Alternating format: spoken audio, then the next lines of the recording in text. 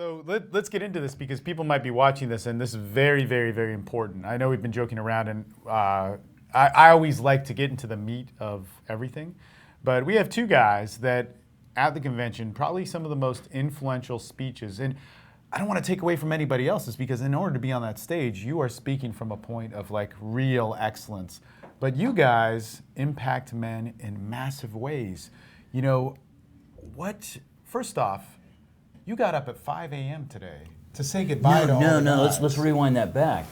I went to bed. I left you at 4 in the morning. 3:45. 3:45 after everything going on, and you're absolutely emotionally drained. Imagine the ending of the speech that I gave and everything that they'll show it, and I've told them to kind of release that video. Right. Take that emotional energy, what that means, and I was internalizing that already. That just had an outlet. It had an outlet. And then you sit down and say, we had a whole dinner, we're talking, we're engaging, you keep going and going and going. 4 in the morning, and honestly, we would have kept going and you stopped us, rightfully so. I then turned right around to make room to meet these guys in the morning because they had a 7 a.m. flight, and I thought, there's no other time to do this. I'm not going to be here again. I need to honor that. I can remake money. I can get more sleep at another time. This is going to happen now. This is all I've got.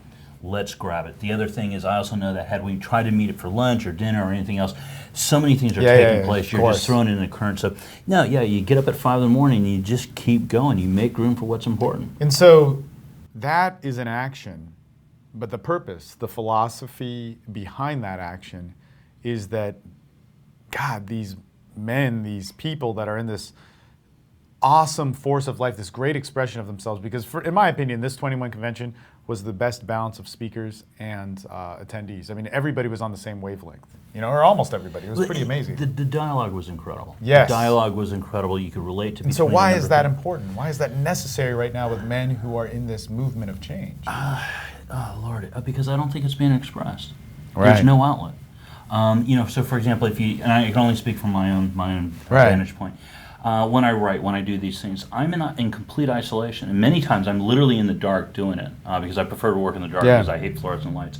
But I'm in the dark writing these things. I'm in the dark thinking about these things. And I'm not necessarily sharing these things directly with people. I don't know how this is going to be fielded or played. I mean, I can release a little bit here and there, and trust me, I test it out to a degree. But you don't know how it's going to be received until you put it out there. How does a product sell? How is it received? Then you know. And the 21 Convention is an incredible platform for testing that out, putting that out there, and having that returned. Yeah. You would think that, for example, my crowning achievement would have been the standing ovation I got. That's typical, but I wish the cameras were rolling, and I don't think they were. Was as I was getting off that stage, there was a line of men to embrace me. Right.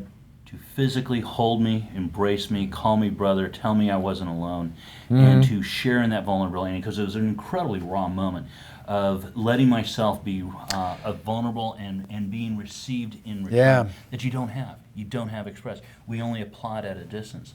Right. I was embraced coming off that stage.